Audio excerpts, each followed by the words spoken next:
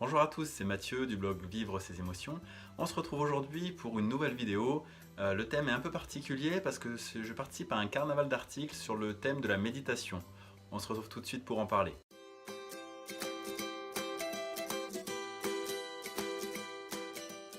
Alors concernant ce carnaval d'articles qui est organisé par Florine Font du blog Méditation pour petits et grands, elle a posé une question en fait à laquelle plusieurs blogueurs vont pouvoir répondre. La question c'est en quoi la méditation a changé votre vie. Voilà, alors j'ai voulu participer à ce carnaval d'articles parce que du coup la méditation c'est quelque chose que je trouve important et que j'ai moi-même pratiqué. Alors je vais vous expliquer un petit peu comment, pas forcément dans les règles de l'art on va dire, mais je vais vous expliquer un petit peu ma vision des choses par rapport à la méditation. Alors déjà, je voulais vous parler très rapidement d'un livre de Matthieu Ricard qui s'appelle L'art de la méditation, qui est assez connu. Bon, c'est un petit livre, il n'y a pas beaucoup de pages, hein, ça se lit assez facilement et ça permet quand même de mettre le pied dedans et puis de comprendre un petit peu quels sont les enjeux de la méditation, à quoi ça peut servir, pourquoi méditer, faire tomber un petit peu les tabous qui sont que la méditation ça consiste à être assis en position du lotus et ne plus penser à rien. Voilà, la méditation c'est pas du tout ça et si vous lisez le livre de Matthieu Ricard, vous comprendrez vraiment ce qu'il en est. Alors moi, ma pratique de la méditation, c'est un peu particulier, c'est plutôt en termes de relaxation je dirais que j'ai utilisé. En fait j'ai parfois l'esprit qui ne s'arrête plus au moment d'aller dormir parce qu'il y a des projets personnels ou professionnels que j'ai en tête et je suis dans un état d'excitation et j'arrive pas à me calmer avant de dormir. J'ai beau lire, j'ai beau faire toutes les petites méthodes qu'on peut trouver à gauche à droite, ça fonctionne pas, j'ai le cerveau qui est en ébullition et j'arrive pas à dormir. Et j'ai trouvé la méditation qui m'a aidé pour m'endormir plus facilement en fait. Au départ j'ai voulu méditer dans la position du lotus là, ou en tout cas en tailleur, parce que la position du lotus il faut arriver à la tenir. Mais bon, même en tailleur c'était pas forcément très confortable pour moi, donc j'ai préféré après me mettre sur une chaise. C'est Florine qui m'a conseillé ça d'ailleurs, je voulais me mettre dans un fauteuil. Elle m'a dit non, préfère une chaise, comme ça tu auras plus le dos droit, tu tiendras une meilleure position.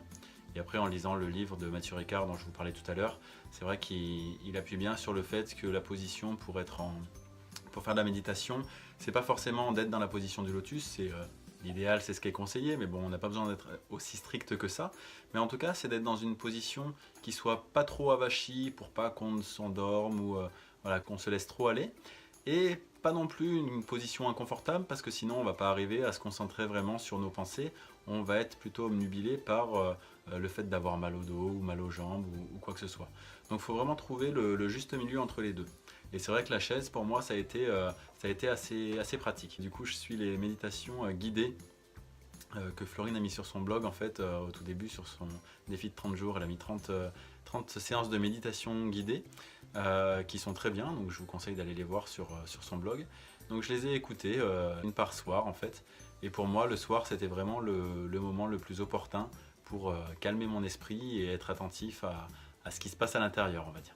Donc la méditation, qu'est-ce que ça a changé dans ma vie concrètement? Ça a changé que c'est exactement en adéquation avec ce que je vous dis sur mon blog, c'est-à-dire d'être à l'écoute de ses émotions. C'est vraiment une pratique qui permet ça. Et donc c'est assez fort. Et Matthieu Ricard le dit aussi dans son livre, il dit que contrôler ses émotions, ça nous permet d'être libre et d'être maître de soi. Et je suis assez d'accord avec ça. Parce que du coup, on dit contrôler ses émotions, on ne peut pas forcément les contrôler, le but c'est pas d'avoir le contrôle sur ses émotions, mais c'est en tout cas d'avoir une certaine gestion qui fait qu'on ne subit pas nos émotions sans les comprendre. En tout cas, on est à l'écoute de nos émotions et on est capable du coup de les vivre entièrement et de les laisser passer. Sinon j'ai testé aussi des méditations du style Petit Bambou, l'application qu'on peut trouver sur smartphone. Bon c'est sympa aussi, il y a quand même pas mal de blabla marketing avant, après la séance. J'ai un petit peu moins accroché. Bon alors j'ai testé que la version gratuite, donc je pense qu'ils essayent de vendre la version payante. On va voir du coup si les séances après, une fois qu'on a payé, sont peut-être plus concentrées sur la méditation. Mais j'ai trouvé ça un petit peu dommage qu'il y ait 2-3 minutes de blabla avant la séance de méditation. Voilà, en tout cas, la méditation, moi je préfère la pratiquer guidée, tout simplement parce que ça permet de fixer son attention sur les paroles de quelqu'un. Parce que commencer comme ça la méditation avec simplement un thème et après vous vous débrouillez pendant 10 minutes, un quart d'heure pour rester concentré là-dessus, personnellement j'y arrive pas. Pas encore en tout cas, on verra. Bah écoutez, en tout cas j'espère que cette vidéo vous aura plu. Florine publiera sur son blog un PDF avec les participations de tous les blogueurs. Donc je vous invite à aller voir sur son blog, je vais mettre le lien pour suivre les avis des différents blogueurs sur le thème de en quoi la méditation a changé ma vie.